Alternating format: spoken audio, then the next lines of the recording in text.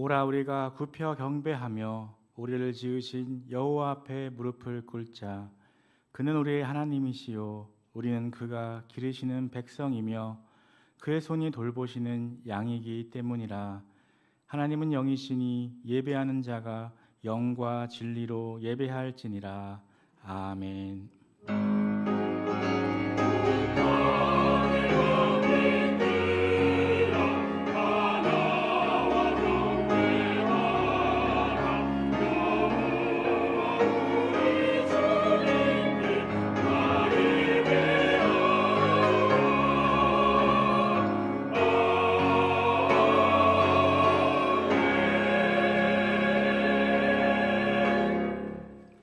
영원 무궁하도록 영광을 받으실 하나님 아버지, 거룩한 주일에 성전으로 올라와 감사와 찬송과 영광을 올려드립니다.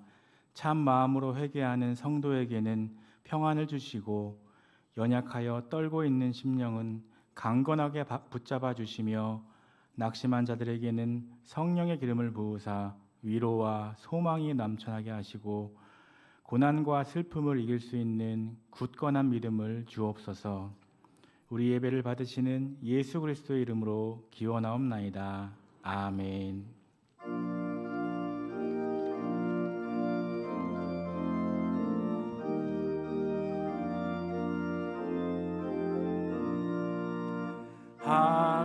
하나님은 크신 사랑 하늘에서 내리사 우리 맘에 항상 계셔 온전하게 하소서.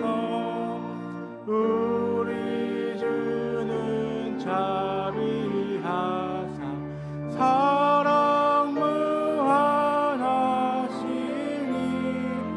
두려워서 떠는 자를 구원하여 주소서.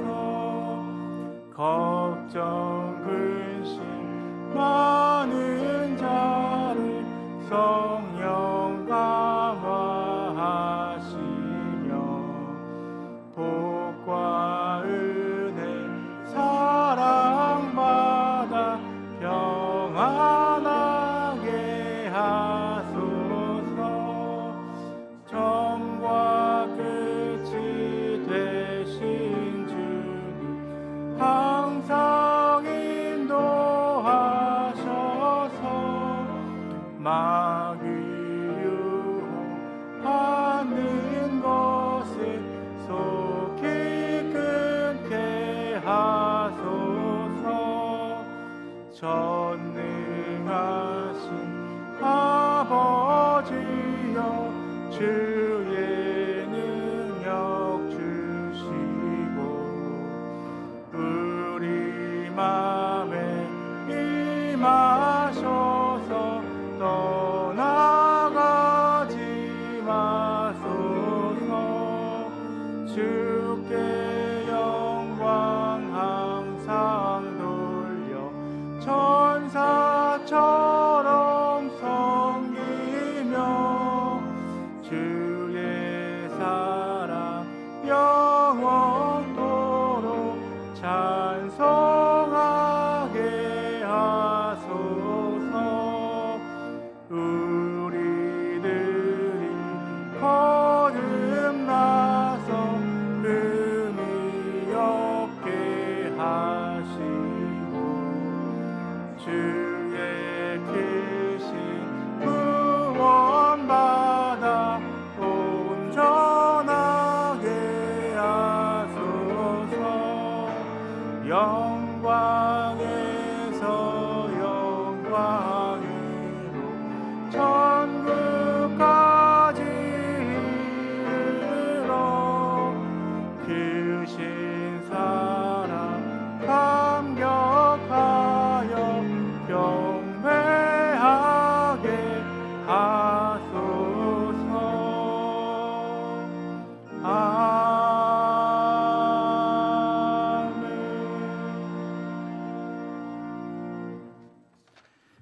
겸손히 지난 한 주간의 삶을 되돌아보며 함께 참회의 기도를 드립니다.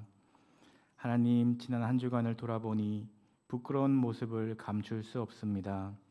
주님의 발자취를 따르며 온전한 신앙생활을 하기 원했던 그 마음과는 달리 연약한 육신에 매여 지난 한 주간도 죄악 중에 거하며 살았습니다. 저의 입에서 온갖 추하고 더러운 말이 드러났고 하나님의 훈계를 받기 싫어하였으며 입술로는 하나님을 가까이하며 공경하는 듯 하였으나 마음으로는 하나님을 멀리 떠나 있었습니다. 사랑의 하나님, 참 마음으로 회개하오니 저희의 미련한 마음과 어리석은 행실을 용서하여 주시옵소서. 이제는 하나님과 나만이 아는 은밀한 죄와 허물을 다 같이 고백하겠습니다. 아버지, 이 시간 지난 한 주간을 돌아보니 부끄러운 모습을 감출 수 없습니다. 주님의 발자취를 따르며 온전한 신앙생활을 하기 원했던 그 마음과는 달리 연약한 육신에 매여 지난 한 주간도 죄악 중에 거하며 살았습니다. 저희 하나님, 용서하여 주시옵소서. 사랑의 하나님, 참마음으로 회개하오니 저의 미련한 믿음과 마음과 어리석은 행실을 용서하여 주시옵소서.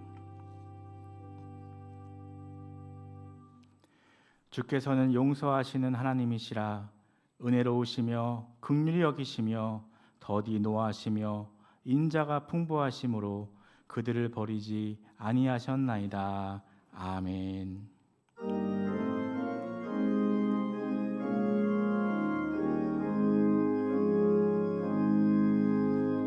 예수 우리 왕이여, 이곳에 오소서. 보좌로 주여 임하사 찬양을 받아 주소서. 주님을 찬양하오니 주님을 경배하오니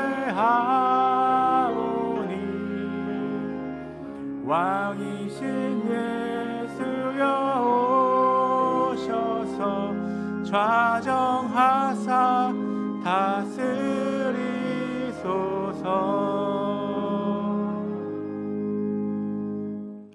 나는 전능하신 아버지 하나님, 천지의 창조주를 믿습니다.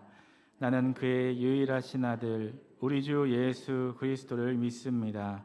그는 성령으로 잉태되어 동정녀 마리아에게서 나시고 본디오 빌라도에게 고난을 받아 십자가에 못 박혀 죽으시고 장사된 지 사흘 만에 죽은 자 가운데서 다시 살아나셨으며 하늘에 오르시어 전능하신 아버지 하나님 우편에 앉아 계시다가 거기로부터 살아있는 자와 죽은 자를 심판하러 오십니다. 나는 성령을 믿으며 거룩한 공교회와 성도의 교제와 죄를 용서받는 것과 몸의 부활과 영생을 믿습니다. 아멘. 사랑하는 자들아, 우리가 서로 사랑하자. 사랑은 하나님께 속한 것이니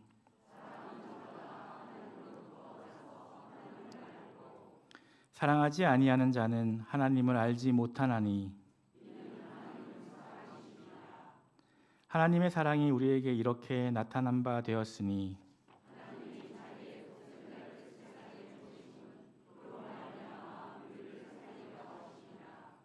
사랑은 여기 있으니 우리가 하나님을 사랑한 것이 아니요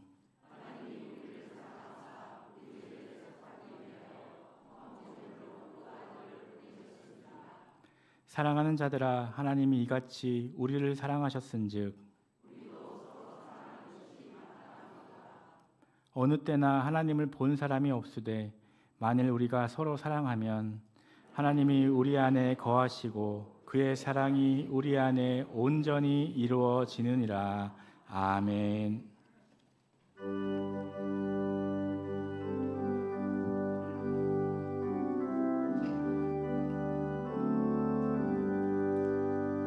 나의 갈 길 다가도록 예수 인도하시니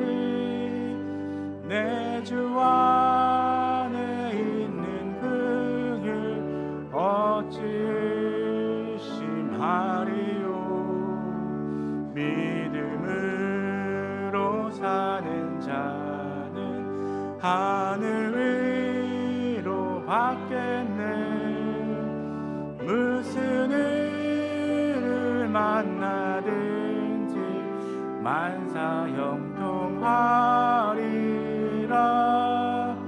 무슨 일을 만나든지 만사형통하리라.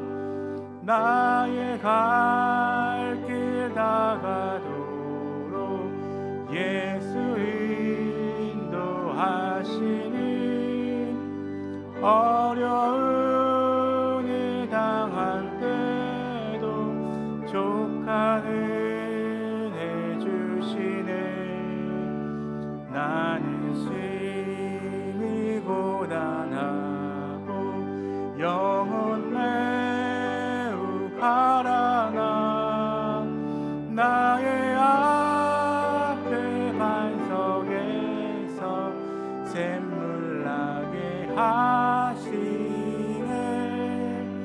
나의 앞에 반석에서 샘물 나게 하시네. 나의 갈 길 다가도록 예수 인도하시니 그의 사랑 어찌 큰지 말로 할 수 없도다. 성령 감화 받은 영혼 하늘 날아갈 때에 영영 부를 나의 찬송 예수 인도하셨네. 영영 부를 나의 찬송 예수 인도하셨네.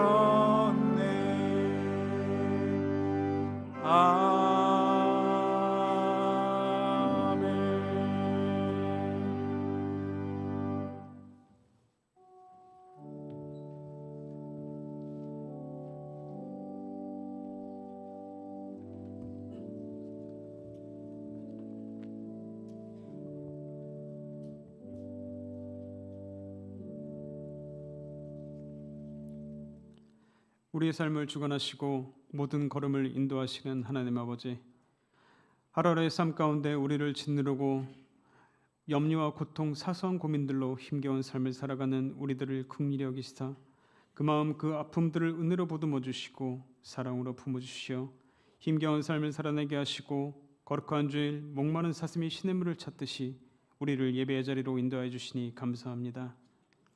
찬양과 경배를 받으시기에 합당하신 하나님 아버지, 신령과 진정으로 예배하며 온 마음을 다하여 찬양과 경배를 올려드리오니 예배하는 한 사람 한 사람이 자비로운 손길로 어루만져 주시고 성령의 충만을 부어주사 믿음이 연약한 심령에게는 강하고 담대한 믿음을, 낙심한 자녀들에게는 위로와 용기를 주시며 상처받은 심령들의 상처들이 온전히 회복되어지는 은혜 위에 은혜가 더해지는 예배되게 하여 주시옵소서.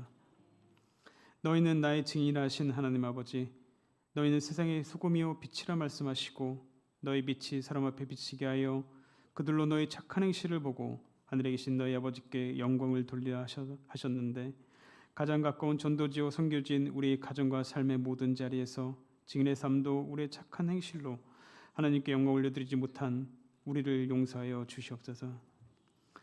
역사를 주관하시고 인도하시는 하나님 아버지, 대내외적으로 혼란한 정치 상황과 어려운 경제 사정으로 어려운 가운데 있는 이 나라를 지켜보아 주시옵고, 분열과 갈등으로 어려운 가운데 있는 이 나라에 화해와 회복의 은혜가 임하게 하사 정치와 경제가 안정되어 모든 국민이 안심하고 평안하게 살 수 있는 나라, 하나님의 정의와 공의가 바로서는 나라 되게 하여 주시옵소서.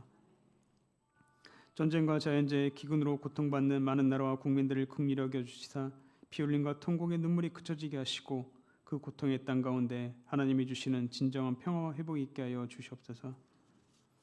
수유동교를 사랑하시는 하나님 아버지, 하나님 아버지 계획하심과 뜻 가운데 세워진 주님의 몸된 교회가 주님의 말씀을 온전히 실천하는 교회 되게 하여 주사 예수님의 섬김으로 서로를 섬기며 주 안에서 사랑으로 하나가 되어 아버지의 마음이 있는 곳에 우리의 마음이, 아버지의 눈물이 고인 곳에 우리의 두 발이 향하게 하여 주사 복음을 전하고 하나님의 사랑을 전하는 사명을 온전히 감당하는 교회 되게 하여 주시옵소서. 모든 것을 지으시고 때를 따라 아름답게 하시는 하나님 아버지, 우리의 삶의 여정 가운데 울 때가 있고 웃을 때가 있으며 슬퍼할 때가 있고 춤출 때가 있음을 알려주셨지만 해결되지 않는 건강의 문제, 경제적인 문제, 가정의 문제, 직장과 진로의 문제, 관계의 문제들로 힘겨워하는 우리를 긍휼히 여겨주시사 농부가 땅에서 나는 귀한 열매를 바라고 오래 참으며 이른 비와 늦은 비를 기다리는 것처럼 믿음으로 인내하며 은혜로 견디어내게 하사 고난과 아픔의 모든 문제들이 하나님 때에 하나님의 방법으로, 고난이 고난으로, 아픔이 아픔으로 끝나지 않게 하사 고난이 하나님의 계획이었음을, 또한 우리에게 유익이었음을 알게 하여 주시옵소서. 고승재 위임 목사님 영육간의 강건함과 성령의 충만함으로 날마다 영적 지평이 넓어지게 하여 주사 예배와 사역 현장마다 말씀과 성김의 풍성한 열매 있게 하여 주시옵고, 연약한 자를 살피며 어려움 당한 자를 위로하게 하시고 성도들 위하여 늘 깨우기도 하시며 몸과 마음을 기울여 귀로 듣고 마음으로 공감하시는 사랑이 많으신 목사님 되게 하여 주시옵소서. 동력하시는 부목사님들에게도 영육간의 강건함을 허락하여 주시옵고 하나님의 지혜와 성령의 충만함으로 능력을 더해 주사 맡은 사역을 감당하는 데 부족함이 없게 하여 주시옵소서. 이 시간 공재 목사님 태어나시는 말씀을 통해 우리의 흔들린 믿음이 바로 서게 하여 주시옵고 삶의 모든 자리에서 예수 그리스도의 사랑과 섬김을 행하며 그리스도인의 정체성을 잃어버리지 않고 살아가게 하여 주시옵소서. 하나님 맡겨주신 소명의 자리에서 감사와 순종으로 빛도 없이 이름도 없이 섬기는 이들의 하나님과 교회를 향한 사랑과 헌신을 기억하여 주시옵고 그 손길을 통하여 주님의 몸된 교회가 더욱 든든하게 세워져 가게 하여 주시옵소서. 찬양을 통하여 하나님께 영광 올려드리는 할렐루야 찬양대의 찬양을 기뻐 받아 주시옵고 찬양대의 찬양이 듣는 우리에게는 곡조 있는 기도와 믿음의 고백이 되게 하여 주시옵소서. 십자가 피 흘린 손으로 우리의 모든 아픔을 어루만져 주시며 우리를 사랑하시되 끝까지 사랑한다 말씀하신 예수 그리스도의 이름으로 기도드립니다. 아멘.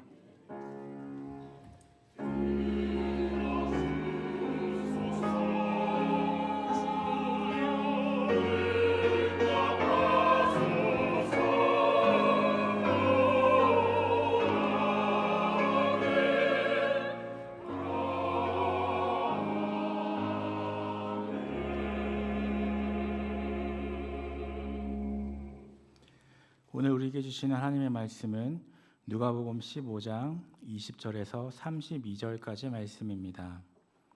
신약성경 121면 누가복음 15장 20절에서 32절까지의 말씀을 한 절씩 교독하시겠습니다.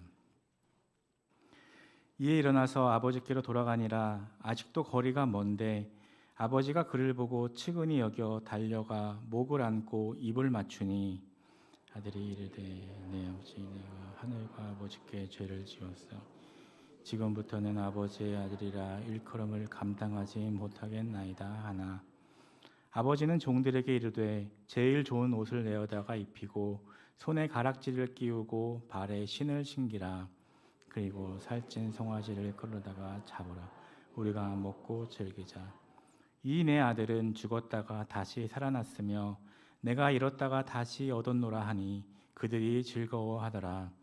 맏아들은 밭에 있다가 돌아와 집에 가까이 왔을 때 풍악과 춤추는 소리를 듣고 한 종을 불러 이 무슨 일인가 물은데 대답하되 당신의 동생이 돌아왔으며 당신의 아버지가 건강한 그를 다시 맞아들이게 되므로 살찐 종아지를 잡았나이다 하니 그가 노하여 들어가고자 하지 아니하거늘 아버지가 나와서 권한대 아버지께 대답하여 이르되 내가 여러 해 아버지를 섬겨 명을 어김이 없거늘 내게는 염소 새끼라도 주어 나와 내 벗으로 즐기게 하신 일이 없더니 아버지의 살림을 장녀들과 함께 삼켜버린 이 아들이 돌아오매 이를 위하여 살찐 송아지를 잡으셨나이다. 아버지가 이르되 예 너는 항상 너와 함께 있으니 내 것이 다 내 것이로다. 함께 읽겠습니다. 이 내 동생은 죽었다가 살아났으며 내가 잃었다가 얻었기로 우리가 즐거워하고 기뻐하는 것이 마땅하다 하니라. 아멘.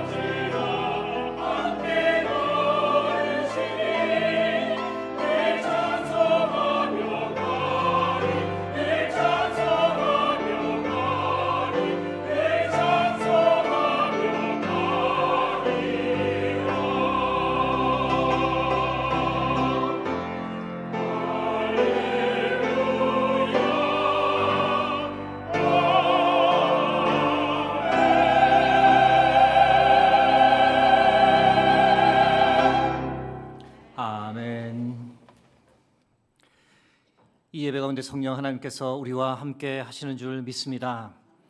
함께 하시는 하나님께서 우리 각자에게 말씀하실 때 아멘으로 응답하고 삶에서 순종하는 은혜가 우리 모두에게 넘치기를 주의 이름으로 축복합니다.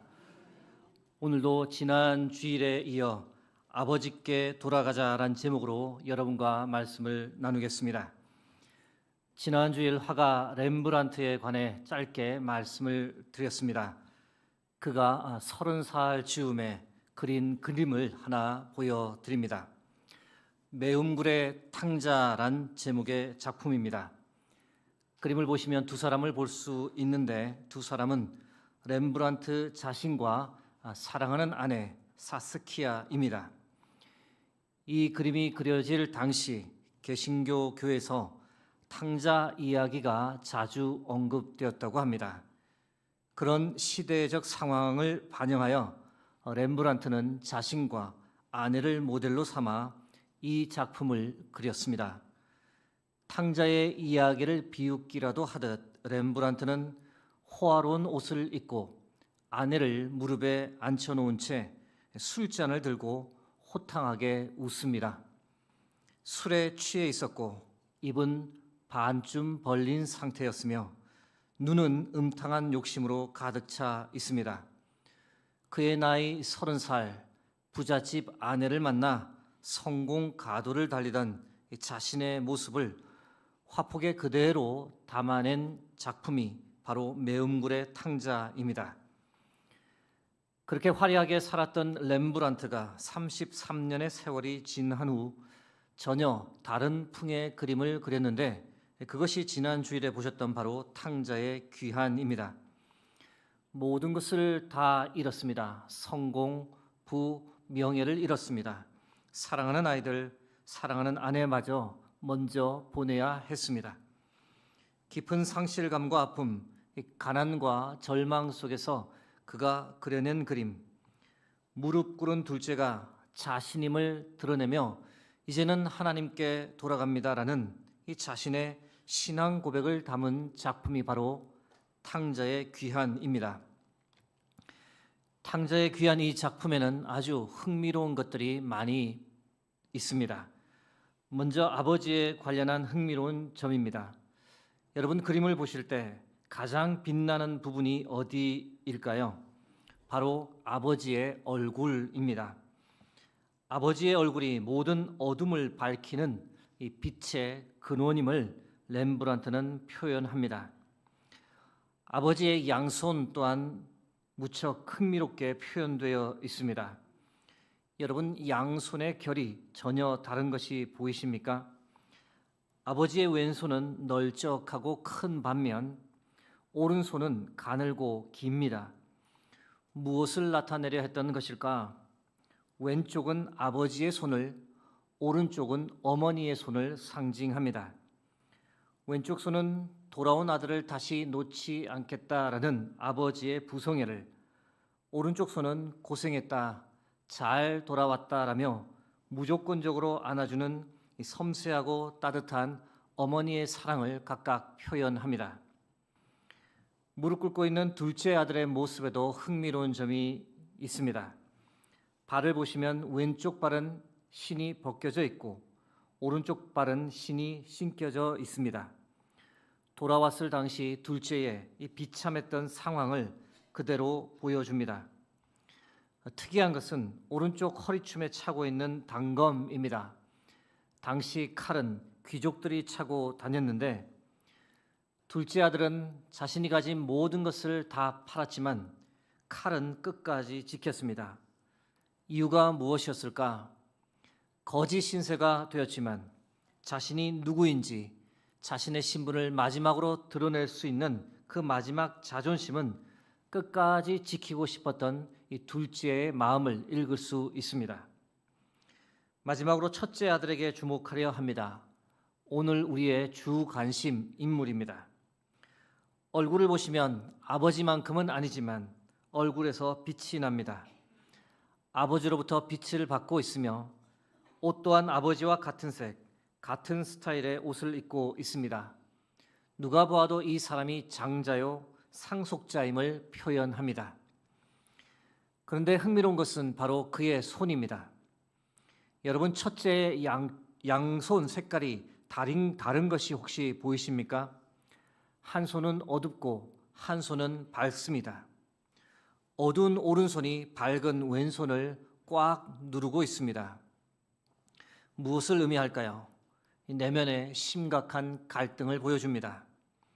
동생을 향한 두 마음, 용서하고자 용납하고자 하는 마음과 정반대의 마음, 비난과 이 정죄의 마음이 첫째의 마음에서 계속 싸우고 있음을 보여줍니다. 첫째의 얼굴 표정 참 미묘합니다. 할 말이 많은 것 같은데 입은 굳게 닫고 있습니다. 그러나 마치 다음과 같이 말하는 것 같습니다. 아버지, 이건 아니지 않습니까? 얘가 한 짓이 무엇인지 모르십니까? 그 많던 재산 다 가지고 가서 허랑방탕하게 다 날리고 이렇게 거짓골이 되어 돌아왔는데 이 아이를 다시 받아주시다뇨. 아버지, 이건 아닙니다. 말씀드린 대로 오늘은 첫째 아들의 관점에서 탕자의 비유 말씀을 들여다보려고 합니다. 대부분 둘째 아들의 관점에서 이 본문을 보고 둘째 아들에 관한 설교를 많이 합니다. 그러나 오늘은 본문을 조금 다르게 보려 합니다. 그렇게 하려는 이유는 첫째도 둘째처럼 탕자이기 때문입니다. 혹자는 이렇게 표현합니다.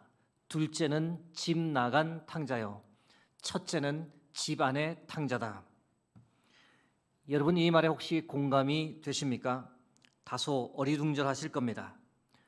둘째가 탕자인 것은 충분히 이해가 되지만 첫째 역시 탕자라니 그것이 무슨 말일까 궁금해지는 대목입니다. 오늘은 첫째 아들 역시 탕자였다라는 관점에서 여러분과 말씀을 깊이 들여다보고자 합니다. 아버지를 비록 잘 모셨지만, 아버지와 함께 했지만 첫째 역시 탕자였다라는 주장에 관해 그 이유 몇 가지를 여러분과 나누겠습니다. 첫째 아들이 왜 탕자였을까? 아버지와 함께 살긴 살았지만 그는 아버지의 의도와는 전혀 다른 생각을 지녔기 때문에 그를 탕자라고 부를 수 있습니다. 첫째 아들은 나는 의롭다라는 생각을 철저히 가지고 있었습니다.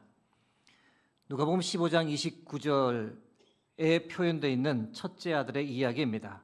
내가 여러 해 아버지를 섬겨 명을 어김이 없거늘.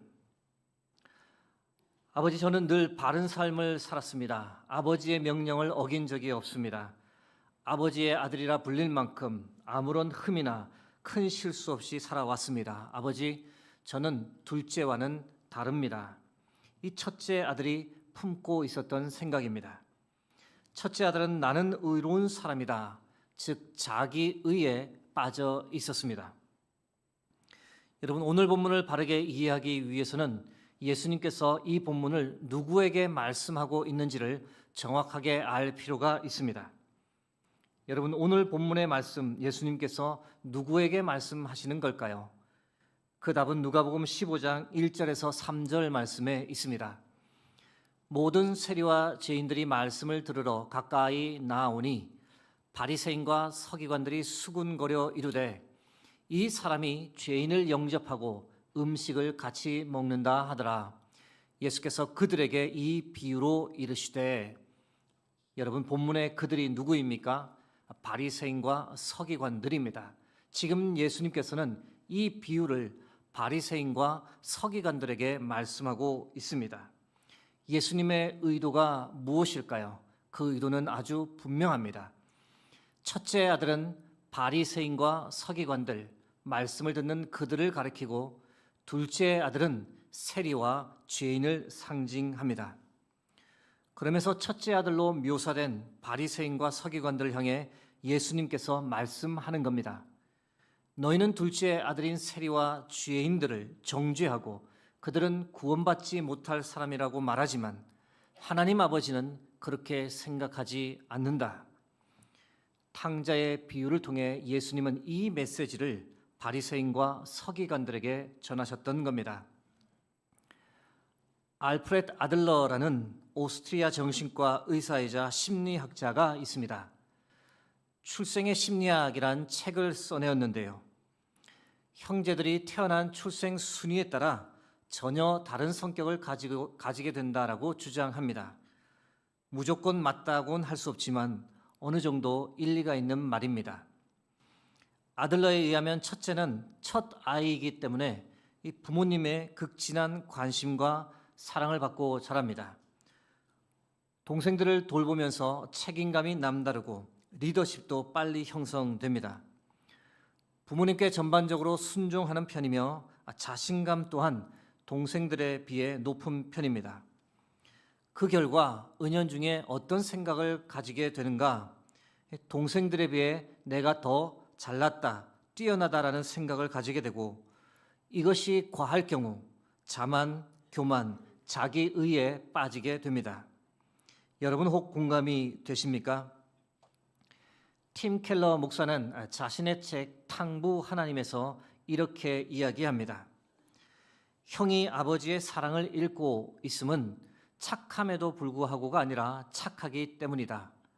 그와 아버지를 갈라놓은 것은 그의 죄가 아니라 자신의 도덕적 이력에 대한 교만이다.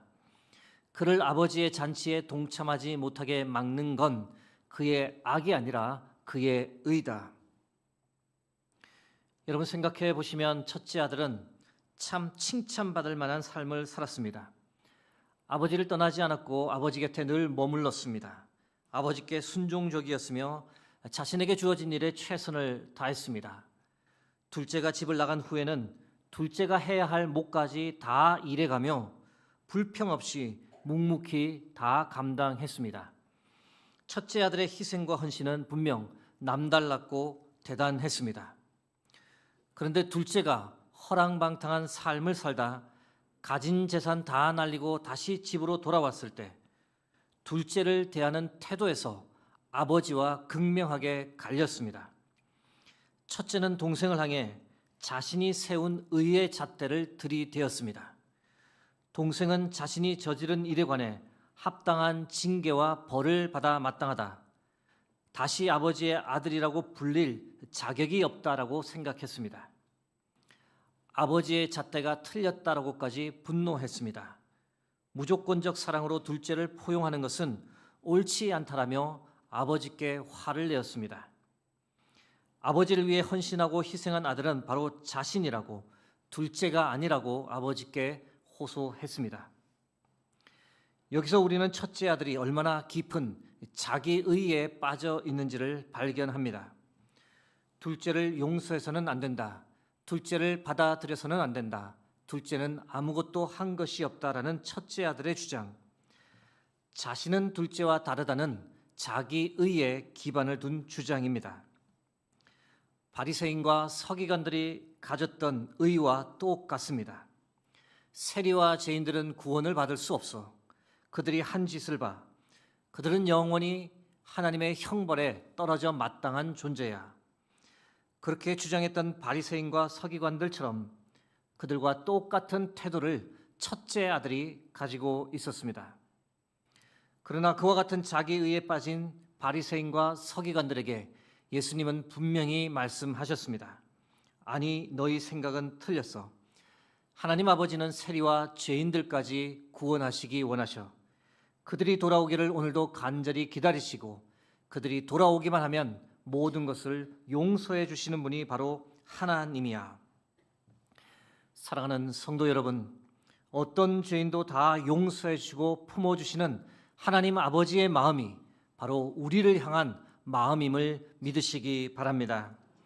하나님의 무조건적인 용서, 무조건적인 사랑은 하나님의 아들 예수 그리스도를 통해 이미 다 우리에게 이루어졌습니다.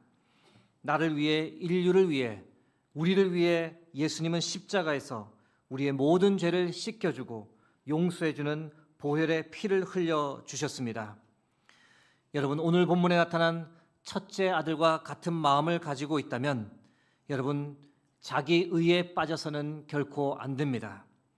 교회 생활을 오래 하면 오래 할수록 어느덧 우리가 바리새인, 서기관이 되기 쉽습니다. 자기 의에 빠지며 교만해지기 쉽습니다. 내가 신앙생활을 얼마나 오래 했는데, 내가 성경을 얼마나 많이 읽었는데, 내가 기도를 얼마나 많이 하는데, 내가 교회를 위해 얼마나 많이 봉사하고 섬겼는데. 여러분, 이런 자기의에 빠지면 어떻게 될까요? 다른 사람들을 쉽게 판단하고 정죄합니다. 쟤는 뭐 교회를 위해 한 것도 없잖아. 쟤는 툭하면 교회 빠지잖아. 쟤는 왜 저래? 이렇게 자꾸 자신과 비교하고 판단하는 마음을 가지게 되고, 그렇게 되면 그 마음에 기쁨과 은혜가 사라집니다. 어느덧 자기 교만에 사로잡혀 첫째 아들처럼 변해갑니다. 사랑하는 성도 여러분, 우리는 첫째 아들처럼 되어서는 안 되겠습니다. 그렇기 위해서는 하나님 아버지의 무조건적인 사랑과 그 크신 은혜에 늘 흠뻑 젖어 있어야 합니다. 나의 의가 아니라 예수 그리스도의 의만 의지해야 합니다. 여러분, 우리의 의는 오직 예수 그리스도밖에 없는 줄 믿습니다. 로마서 3장 23절에서 24절 말씀 한 목소리로 합독합니다. 모든 사람이 죄를 범하였음에 하나님의 영광에 이르지 못하더니 그리스도 예수 안에 있는 속량으로 말미암아 하나님의 은혜로 값없이 의롭다 하심을 얻은 자 되었느니라. 아멘. 사랑하는 성도 여러분, 예수 그리스도만이 우리의 의인 줄 믿습니다. 우리의 행한 어떤 것이 우리의 의가 되지 못합니다. 그러므로 헛된 것 자랑하지 말고, 헛된 것을 나의 의로 붙잡지도 말고, 오직 예수 그리스도를 나의 의로 붙잡고 주위의 많은 사람들 하나님의 시선으로 바라보고 포옹하고 사랑하며 살아가는 저와 여러분 되길 주의 이름으로 축복합니다. 첫째 아들이 왜 탕자였을까? 아버지로부터 물려받을 유산 때문에 아버지 곁에 머물렀다는 점, 이 점을 생각할 때 첫째 아들 역시 탕자였습니다. 팀 켈러 목사님 글을 하나 더 나눕니다. 행동의 틀은 두 형제가 극명한 대조를 이루지만 이면의 동기와 목표는 같다. 방식만 다를 뿐 둘 다 자기 마음속에서 집착하고 있는 목표물을 얻기 위해 아버지를 이용하고 있다. 그들은 자신에게 행복과 만족을 가져다 줄 것은 아버지의 사랑이 아니라 재물이라 믿는다. 둘째를 위해 잔치가 벌어졌다는 소식을 듣고 첫째가 분노했습니다. 한편으로 첫째의 분노에 충분히 공감이 갑니다. 하루 종일 밭에서 일하다 땀에 온몸이 범벅되어 집에 돌아왔는데 아무도 자기를 반겨주지 않았습니다.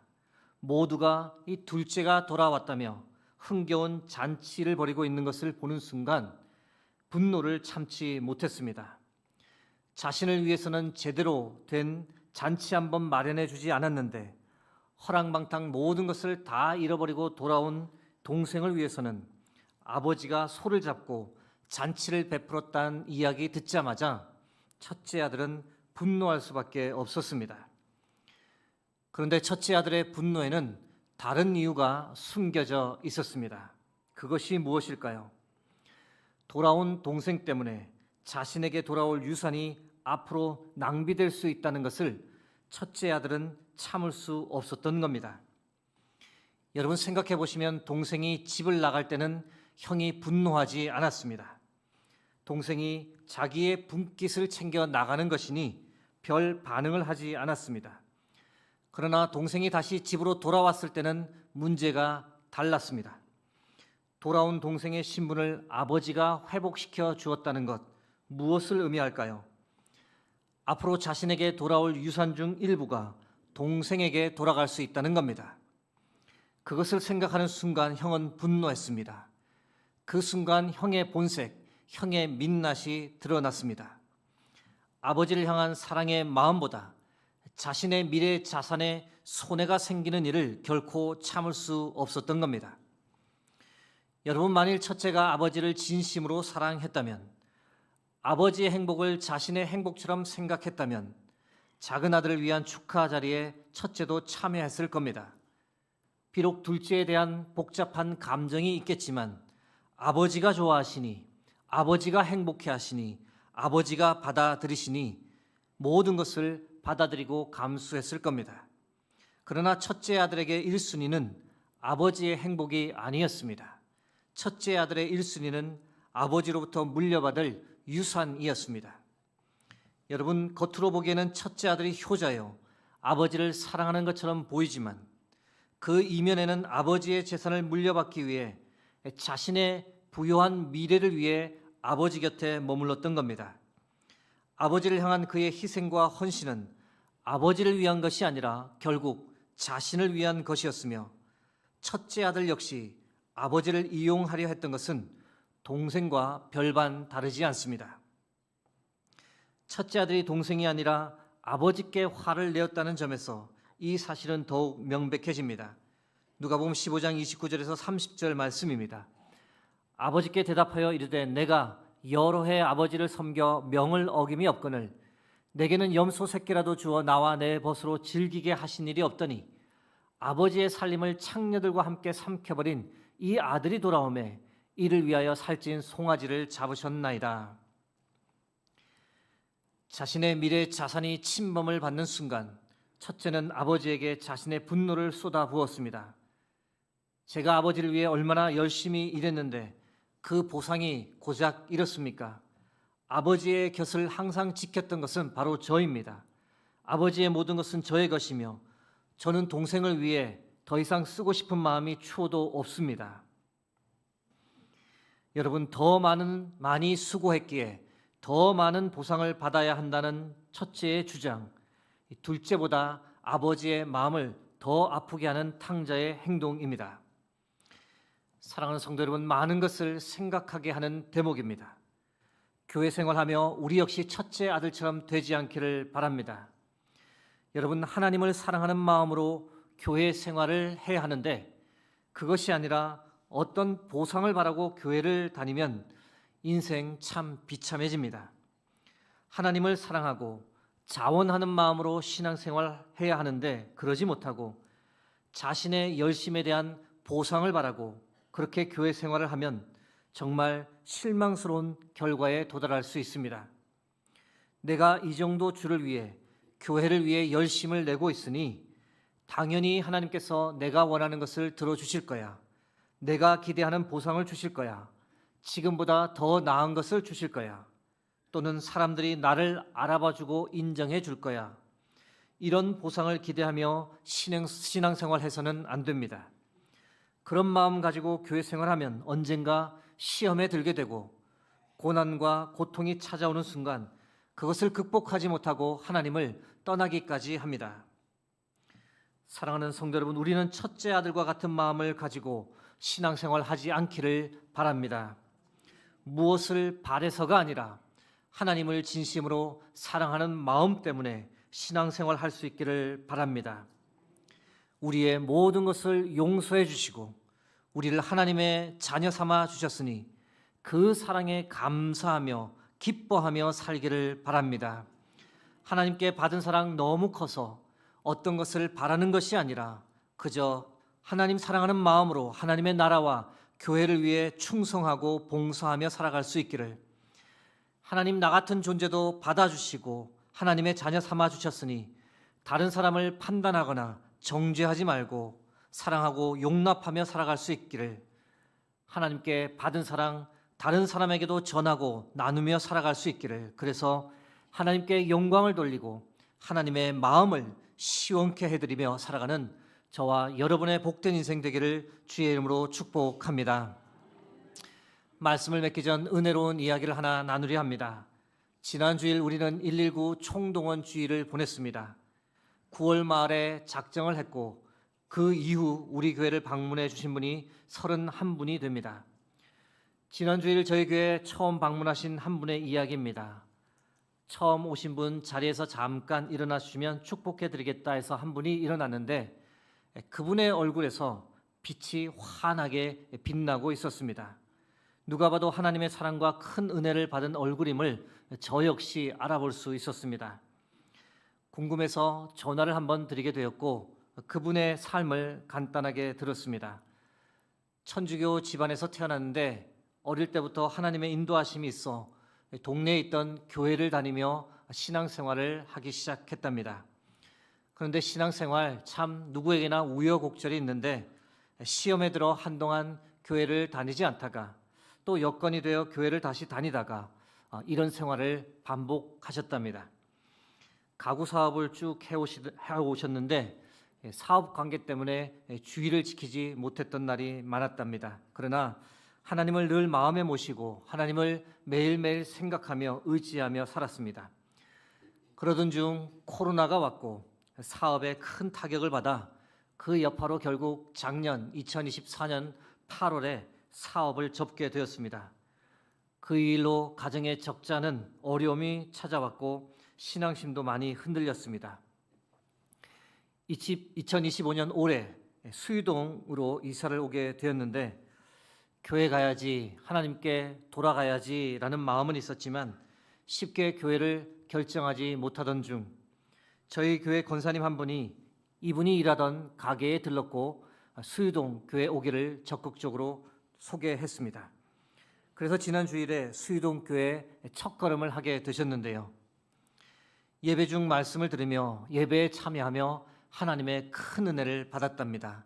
하나님께 죄송한 마음도 많이 들었고 그동안 힘들었던 일들도 말씀드리며 울먹거리며 예배를 드렸습니다. 교회에 오니 아버지께 돌아오니 너무 감사하고 좋았답니다. 하나님께서 은혜 주시니 그 얼굴 가득히 기쁨과 자유함이 넘쳤던 겁니다. 사랑하는 성도 여러분, 이분이 받았던 하나님의 은혜가 우리에게도 동일하게 필요한 줄 믿습니다. 우리에게도 아버지의 용서와 사랑, 아버지의 안아주심이 반드시 필요합니다. 이 은혜를 우리가 누리려면 어떻게 해야 할까요? 아버지께 돌아오기만 하면 됩니다. 여러분, 아버지로부터 너무 멀리 떨어져 살지 마시고 아버지께 가까이 나아오시기 바랍니다.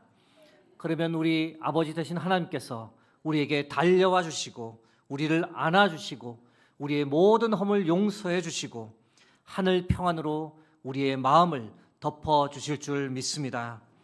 여러분, 하늘 아버지께 반드시 돌아와 아버지의 은혜 아래 살아가는 저와 여러분 되길 주의 이름으로 축복합니다. 함께 기도하겠습니다. 사랑과 긍휼의 하나님, 하나님께서 우리의 아버지 되어주심을 감사합니다.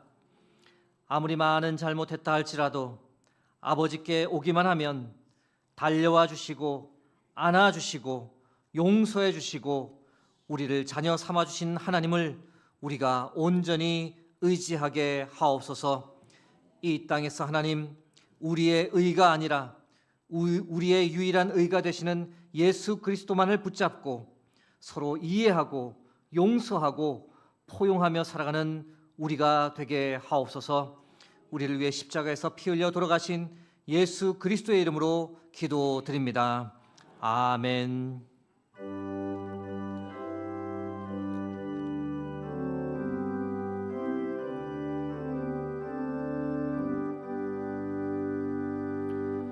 여러 해 동안 주 떠나 세상 연락을 즐기고 저 흉악한 죄에 빠져서 주 은혜를 잊었네. 오 사랑의 예수님, 내 마음을 곧 엽니다.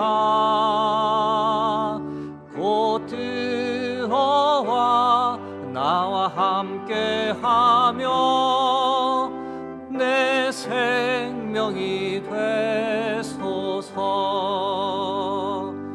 죄악의 죽을 인생을 심히 불쌍히 여기사 저 하늘의 영광 버리고 이 세상에 오셨네. 오 사랑의 예수님, 내 마음을 곧 엽니다. 곧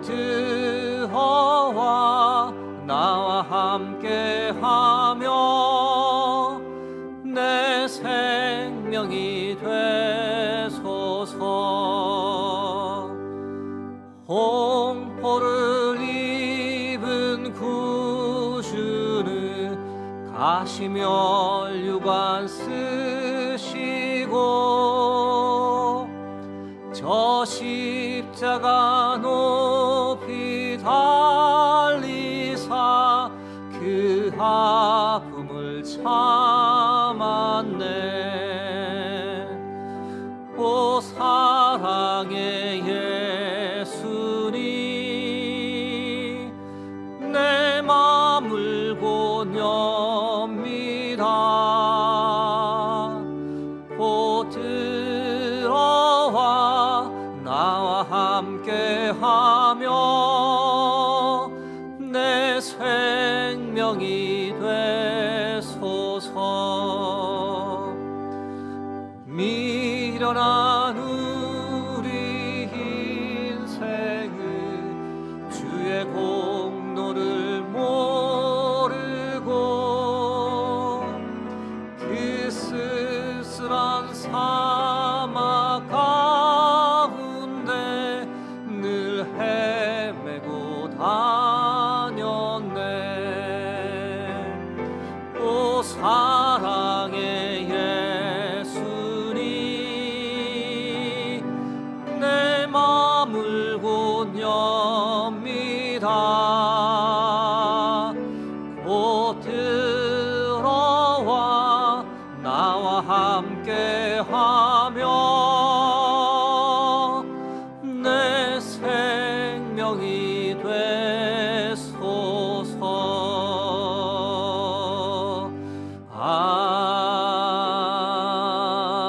아멘.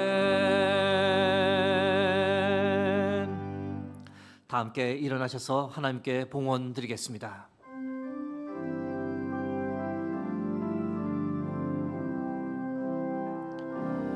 감사 위에 감사를 덮을 때 은혜 위에 은혜가 쌓이네. 모든 일에 감사, 모든 순간에 그리 아니하실지라도 감사 위에 감사를, 감사 위에 감사를 덮을 때 은혜 위에 은혜가 쌓이네. 모든 일에 감사, 모든 순간에 그리 아니하실지라도 감사. 우리의 예배를 기뻐 받으시는 아버지 하나님, 11월 셋째 주일 거룩한 주일을 우리에게 허락하시고 변함없이 우리를 아버지의 집에 예배자로 세워주시니 감사합니다. 하나님께서 우리의 아버지 되어 주셔서 우리를 늘 바른 길, 생명의 길, 구원의 길로 인도해 주셔서 우리를 고와 같이 버려두지 않으시고 늘 주의 장중에 붙잡아 주시며 보호해 주셔서 그 은혜에 감사하며 이 시간 하나님께 예물을 드립니다. 나의 모든 것은 다 하나님의 것입니다라는 고백과 함께 우리의 마음도 주께 드리오니 저희들의 정성을 기쁘게 받아 주옵소서. 하나님, 오늘도 어려운 형편 중에 처음 익은 열매를 아낌없이 하나님께 드립니다. 각자의 처지에 따라 힘을 다해 정성껏 드립니다. 드린 가정 그 손길에 주께서 복 위에 복을, 은혜 위에 은혜를 더하여 주옵소서. 그래서 하늘 문을 여시고 복을 쌓을 곳이 없도록 부어주시는 그 아버지 되신 하나님을 반드시 체험하고 그 하나님을 크게 자랑하는 인생 되게 하옵소서. 하나님, 이제 세상을 향해 나가 한 주간 이 땅을 살아가고자 합니다. 전능하신 하나님 우리와 함께 하시니 우리는 반드시 승리할 줄로 믿습니다. 주께서 안아주시고 힘주시니 반드시 이길 줄로 믿습니다. 새로운 한 주간 우리의 삶이 거룩한 예배되게 하옵소서. 나의 목자 되시며 늘 나의 삶을 인도하시는 예수 그리스도의 이름으로 기도드립니다. 아멘.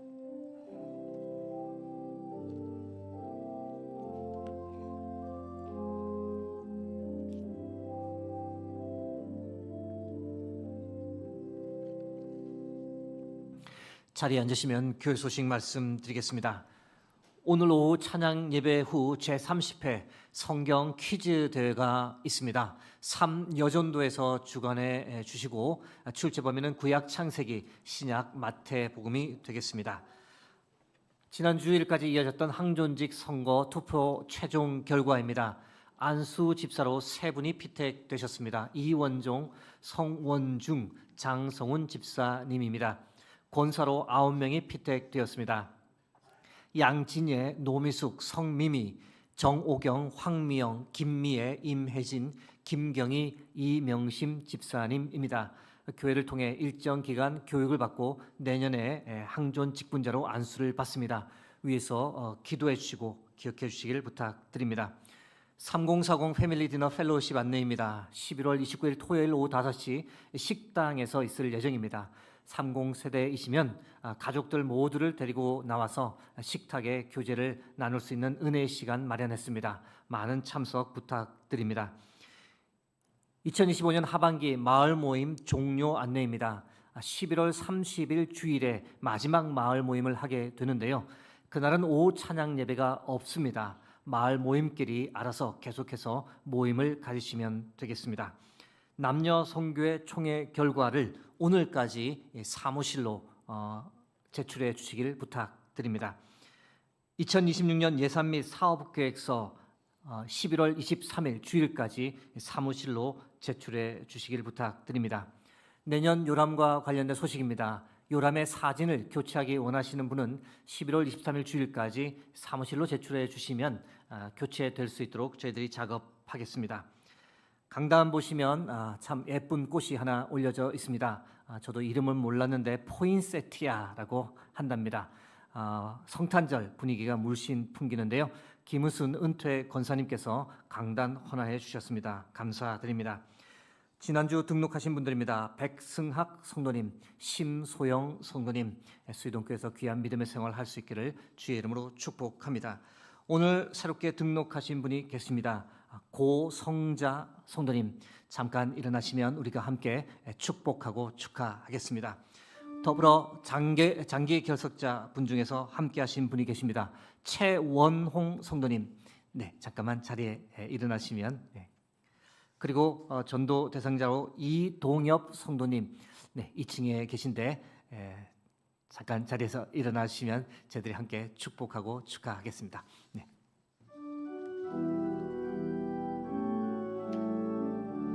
평화 하나님의 평강이 평화 하나님의 평강 당신의 삶에 넘쳐나기를 평화 하나님의 평강이 평화 하나님의 평강 당신의 삶에 가득하기를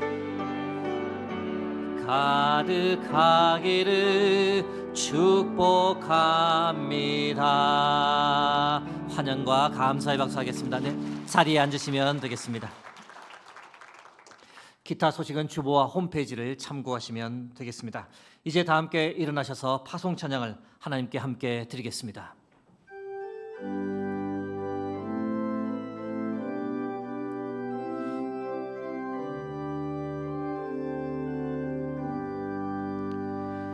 여기에 모인 우리 사랑받는 주의 자녀라. 주께서 뜻하신 바 우리 통해 펼치신다. 고통과 슬픔 중에 더욱 주님 의지하오니 어려움 이겨내고 주님 더욱 찬양하라. 이 믿음 더욱 굳세라.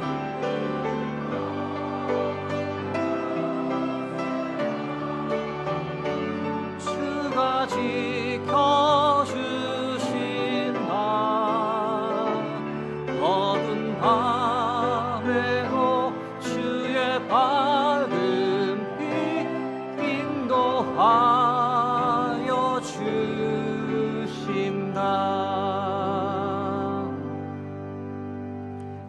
지금은 우리 주 예수 그리스도의 은혜와 하나님 아버지의 무한하신 사랑하심과 성령의 감화감동 교통하심이 하나님 아버지께로 돌아와 아버지의 품에 거하며 예수 그리스도만을 나의 의로 삼고 살겠다고 그렇게 다짐하며 이제 세상을 향해 나가는 여기 모인 모든 주의 백성들 위해, 그들의 가정과 그들의 삶의 자리 위에, 하나님께서 붙잡고 계시는 수유동교회와 이 나라 이민족 위에 이제로부터 영원토록 함께 하시길 간절히 축원하옵나이다.